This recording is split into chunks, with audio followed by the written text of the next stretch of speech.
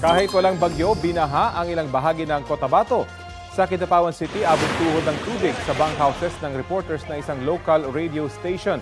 Kanya-kanyang salba ng kanilang mga gamit ang mga mamamahayag. May naitala ring baha sa ilan pang barangay sa Kidapawan. Nagmistulang sapa naman ang isang komunidad sa barangay Dugong sa bayan ng Mlang. Pinasok ng hanggang binting tubig ang mga bahay. Mabagal ang paghupa ng baha sa lugar dahil itinuturing itong catch basin ng tubig mula sa mga karatig barangay. Intertropical Convergence Zone ang nagpaulan sa Cotabato, sabi po ng Pag-asa. Ngayong araw, uulanin naman dahil sa ITZZ ang Zamboangas Peninsula, Basilan, Sulu, Tawi-Tawi at Palawan.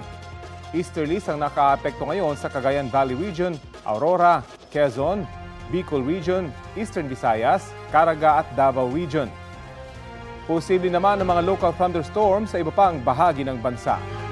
Sa mga susunod na oras, mataas muli ang tsansa ng ulan sa halos buong bansa kasama na po ang Metro Manila base sa rainfall forecast ng Metro Weather.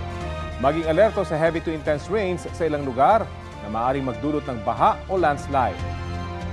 Sa kabila ng pag-uulan, bumaba ang water level sa nakalipas na 24 oras sa maraming dam dito sa Luzon.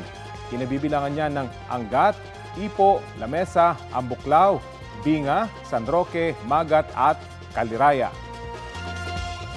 Kapuso, alamin ang maiinit na balita. Bisitahin at mag-subscribe sa GMA Integrated News sa YouTube.